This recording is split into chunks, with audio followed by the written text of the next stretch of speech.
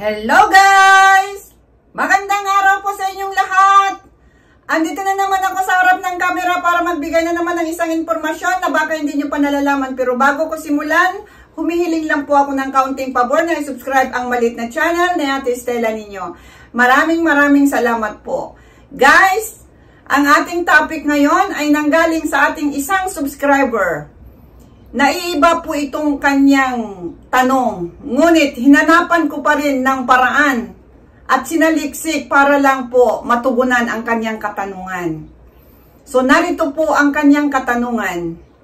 Madam, itanong ko lang po kung ano ang mga senyales kapag nakulam ang isang tao.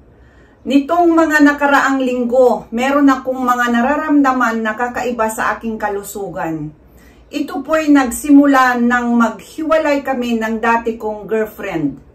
Sana mahanapan niyo po at masagot ang aking katanungan. Maraming salamat. So guys, ang kanyang katanungan po ay napakalayo po sa ating mga topic. Ngunit,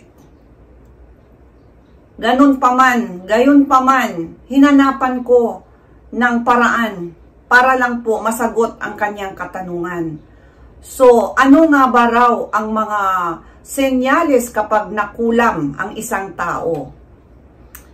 Ayon sa ating pagsaliksik, ang paniniwala sa kulam o hex sa English, no, sa Pilipinas ay patuloy na may kultural na impluensya.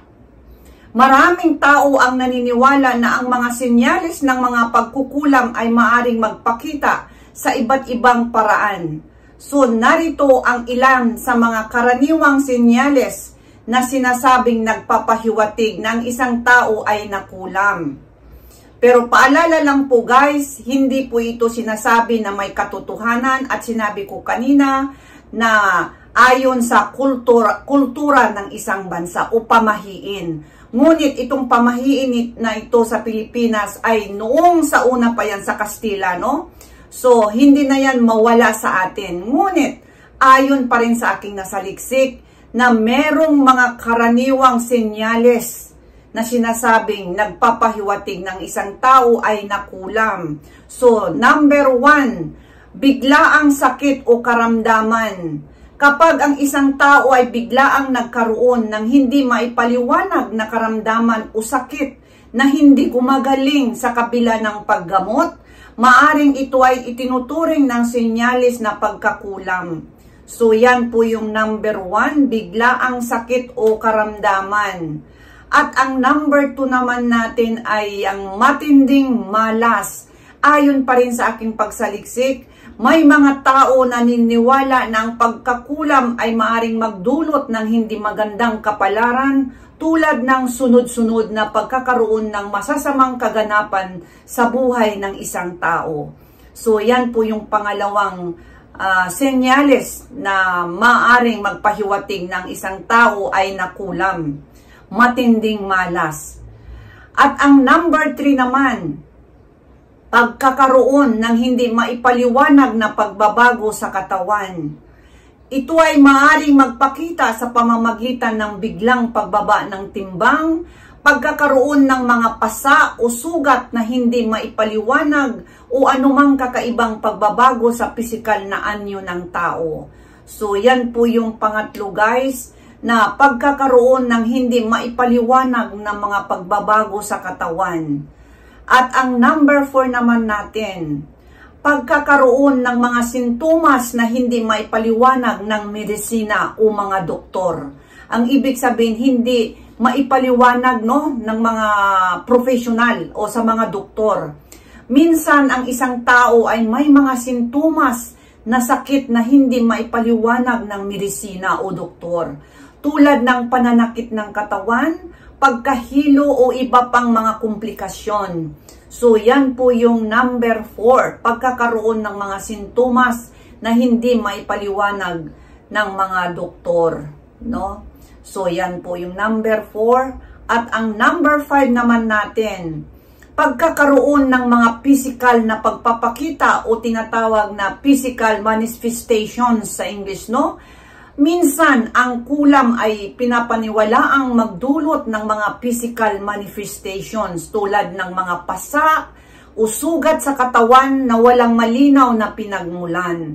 So, yan po yung panglima natin guys na nagpapakita sa ating katawan na kung halimbawa may pasa ka, may sugat, maraming mga galis-galis sa katawan na kahit pumunta ka sa doktor, hindi siya po gumagaling-galing kahit bibigyan ka na ng mga antibiotics, kahit bibigyan ka na ng mga cream, hindi basta-basta nawawala sa katawan. So, ayon sa ating pamahiin o sa mga naniniwala, no, na baka ito ay pahiwatig ng isang kulam o tayo po ay nakulam. So, yan po yung isang senyales na pagkakaroon ng mga physical na pagpapakita sa katawan.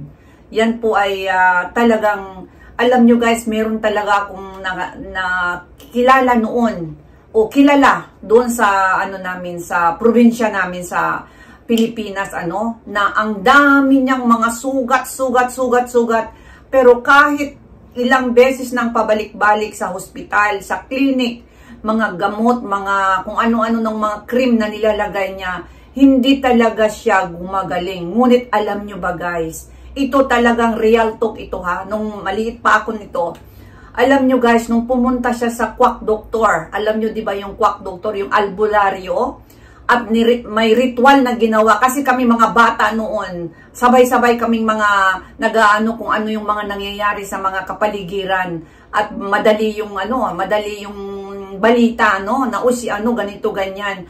Kaya alam nyo guys, nung dinala siya sa albularyo, nang lilisik yung mga mata niya at ang mga katawan niya, yun pala talaga ay isang pahiwatig na merong pagkukulam na nangyayari. Ayon sa ating pamahiin, no?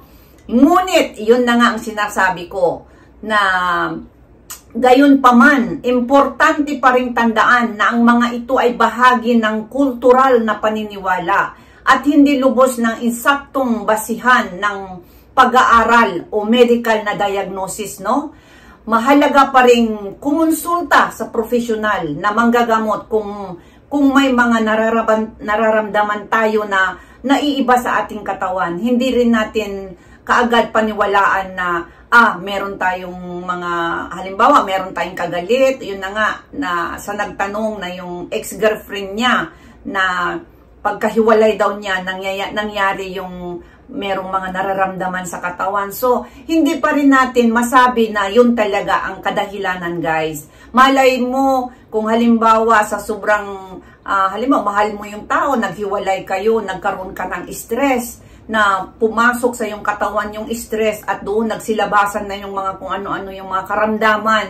So, kailangan pa rin nating pumunta sa isang doktor na ipatingin natin, no? Kung halimbawang sinabi ng doktor na wala ka namang karamdaman o ano naman, o hindi pumunta kayo sa sa kilala nyong may albularyo ba dyan, na dahil nga ito ay isang pamahiin natin, no? So, kung hindi siya gagaling sa sa hospital o anumang mga hinihingi nating mga gamot, no? Kung halimbawa meron tayong mga sugat-sugat sa katawan, na mga kung ano-ano mga nangyari na sa ating katawan, ay pwede pa rin tayong sumangguni doon sa sa albularyo, na sa ating pamahiin yon, kultural na pamahiin.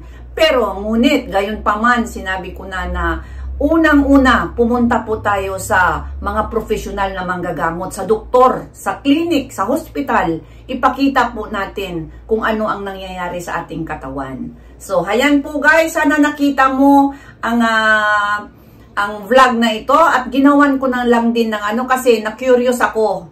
Curious talaga ako kasi naiiba po yung tanong niya. Inaawa naman ako, kaya yan, hinanapan ko talaga ng kasagutan at ginawan ko na lang sa ng vlog para naman meron ding mga idea yung mga iba nating subscribers. So, maraming salamat sa araw na ito, at doon sa hindi pa nakapag-subscribe, humihiling lang po ako ng kaunting pabor na i-subscribe ang maliit na channel ni Ate Estela nyo. Pakiclick na rin ang notification bell para sa susunod, updated po kayong lahat sa mga bago kong i-explore na mga kahit mapagkunan nyo lang ng kahit kaalamanan. Maraming salamat.